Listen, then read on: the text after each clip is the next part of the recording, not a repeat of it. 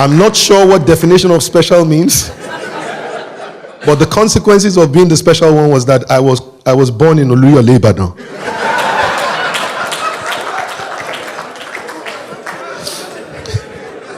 And when they asked my father for the name so they could put it on the birth certificate, he chested and said, "It's Adetokunbo. We brought him from abroad."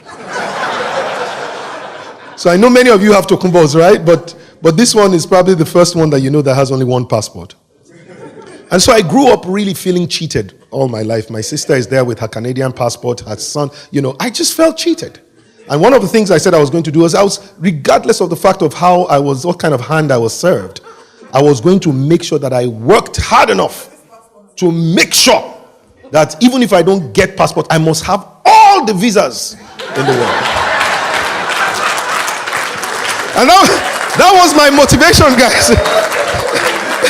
And I kind of like did quite okay. I got my American visa, I got a 10-year UK visa, I got a 5-year Canadian visa, and still I wasn't treated better every time I tried to travel because of the color of my passport. One particular story that I need to share with you that really challenged my life and got me thinking was a few years ago. I was invited to come and speak at a really major leadership conference in the United States. And by this time, doing very well, leading, having literally created an industry called, public speaking in Nigeria. People started saying, "I want to be a public speaker like Fela Dorotoye. I want to, all of that stuff." But here I was going, and everywhere you go, people are saluting you, greeting you. Yeah, I know you. I saw you on TV, and those kind of things. People in Nigeria think you're a star just because you're on TV.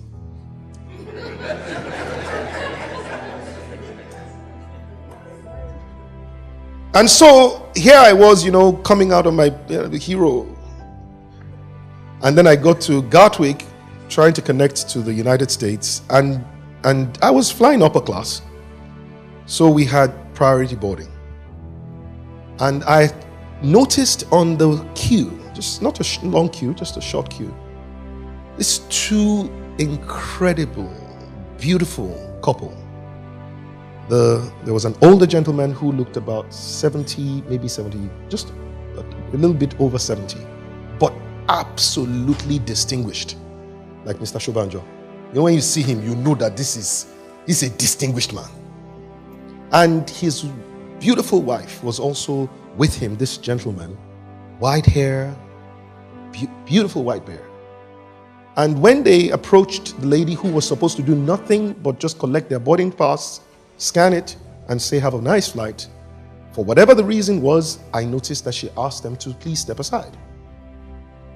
And then she passed a few more people, and then it got to my turn. And here I was, having been admiring this couple, saying, "This is what I want to be like when I grow up." And then she saw me, and the moment she saw she didn't even bother, she just collected my passport and asked me to step aside. Now I knew what I had in common with these other guys, right? Kind of like passed all the other people behind me, not a long queue, it's priority boarding. And then she took the passport of the lady, and she brought something out of her jacket and started to scan the passport. When she was done, she handed the passport over to the lady, took the gentleman's passport, scanned it, handed it over, and they were, I told you, distinguished, good people. They said, "Thank you." And then she did the same, and unfortunately, I still have work to be done on me. So I crossed my hand. And she said, "Your passport, sir." And I crossed my hand and I said, you have to tell me what you were doing." She said, "Oh, I'm sorry, I was just doing my job." I said, "What is your job?" She said, "I was just checking for the validity of your visa." I said, "Well, you have to help me here. Number one, this visa has been used, even though it's a 2-year visa, this was my 5th trip within 2 years. I'm a frequent flyer. I don't know what your glass can do that the US immigration cannot do with a passport.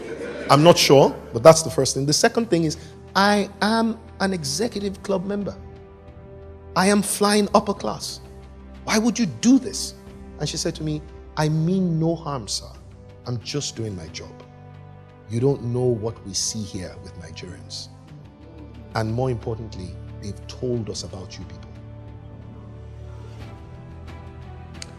You see, when she said that, I took my passport humbly, got onto the plane, and I wrote the following things down. I hope that they might be something you might use someday. The first thing I said as I wrote down was, ordinary citizens of a great nation will forever be treated better than successful citizens of a failed country.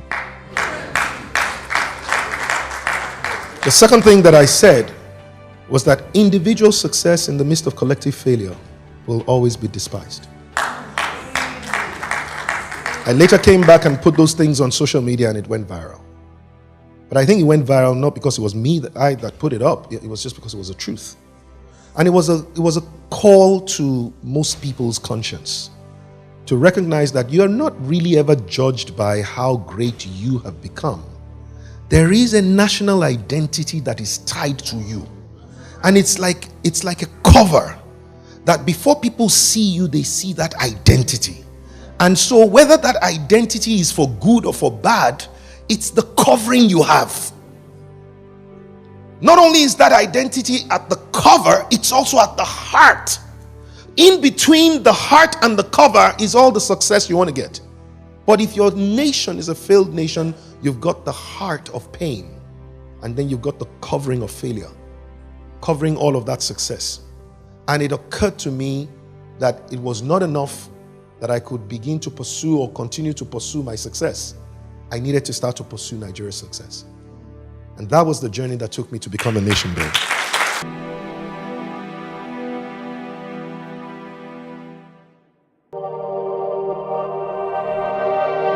NABN TV, inspiring a new generation.